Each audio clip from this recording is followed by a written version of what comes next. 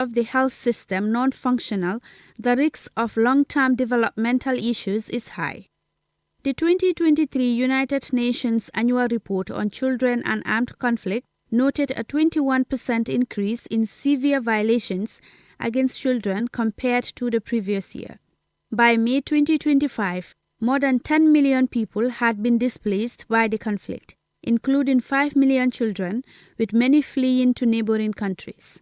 While Sudan's education crisis is driven by conflict, the Gambia faces challenges linked to poverty, early marriage, teenage pregnancy, and infrastructure gaps, particularly in rural regions. According to the Gambia Bureau of Statistics, 1 in 4 school-aged children are currently out of school, with girls disproportionately affected. To address these concerns, the Ministry of Basic and Secondary Education, MOPSI, with support from UNICEF, UNESCO and local NGOs, is rolling out several initiatives under the Zero Out of School Children framework. These include cash transfers to assist vulnerable families, scholarship programs and mentorship for girls, community engagement to raise awareness, and construction of new schools in underserved areas.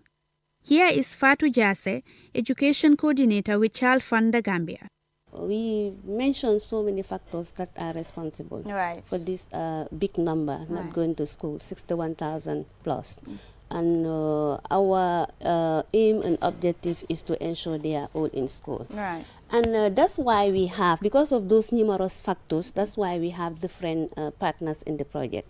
And each of these partners, you have a role to play.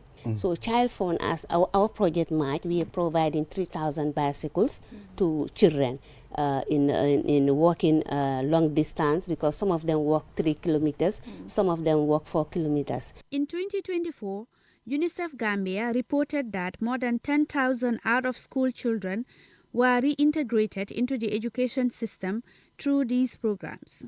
Sudan's crisis show how conflict can strip a generation of access to basic rights. In contrast, the Gambia, while not in conflict, must continue addressing social and economic factors that limit children's education. For QTV News, I am Julden Yai. Now on to some sports news.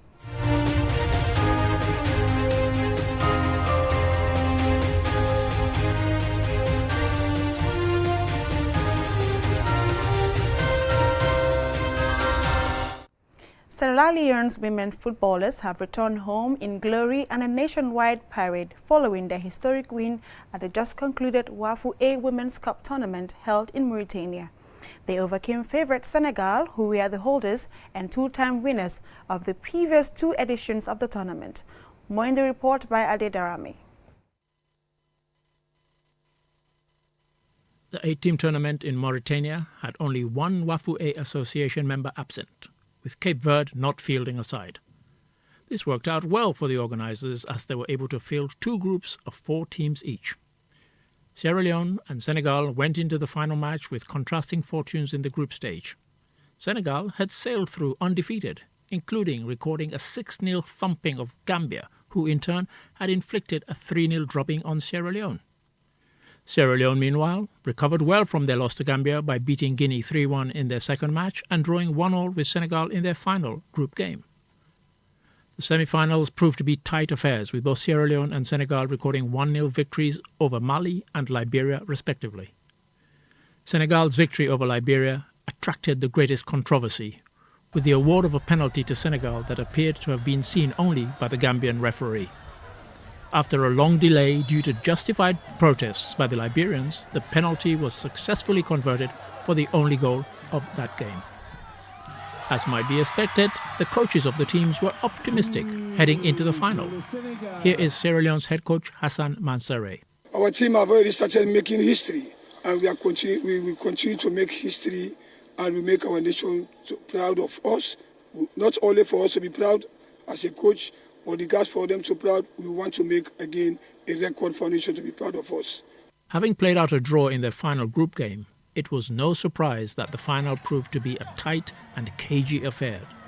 Again, it was settled by a contentious penalty given in the 69th minute, with Senegal this time finding themselves on the wrong end of a decision. After vociferous protests by Senegal players and coaches, Sierra Leone's captain Salimatu Camara coolly converted the penalty. Her team was able to hold on with a mixture of skill and clever game management, including deliberate time wasting. And they were able to see out the match for an historic victory.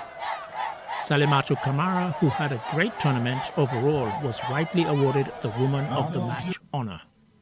In the third place playoff, Liberia's women shrugged off the bitterness of their undeserved loss to Senegal to beat Mali by 1-0. Although the Gambia's interest had ended at the group stage, the Gambia Football Federation President Lamin Kababajo was among the presentation committee to hand out the cups and the medals after the final. For Sierra Leone, the win is seen as evidence of their women's league finally bearing some positive fruit. In addition to the team's triumph, the Sierra Leone Queen's goalkeeper Hannah Joanna won the Best Goalkeeper and the Best Player of the Tournament awards. The organisers are to be commended for hosting what was a very well-organised tournament, with only some of the refereeing proving contentious. For QTV News, I am Ade Darami. Congratulations to the determined queens. Now, before we end, here's a recap of the headlines. On Eid ul-Adha, Gambian pilgrims carried out the first ritual of the symbolic stoning of the devil at the Jamarat in Mina, a sacred rite and key component of the Hajj pilgrimage. The National Water and Electricity Company, NAWEC, held a press conference to address incidents of vandalism at the Jambul solar plant in which critical infrastructure was deliberately damaged. The Gambia Armed Forces, in collaboration with ECOWAS Mission in the Gambia, ECOMIC, and other Gambian security agencies, recently organized a one-day conference on gender mainstreaming in military peacekeeping operations. On the international news this week, there has been news of the rising violence in Mali, just as the Russian mercenary group announces a pullout, with the deadliest assault in months shaking the military and raising questions about who's really in control.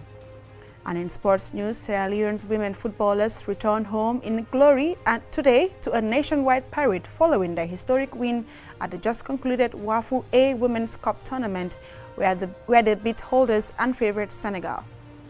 That's all for this news bulletin. Join us again on Monday at 8 p.m. for another bulletin. Have a lovely weekend and thanks for watching.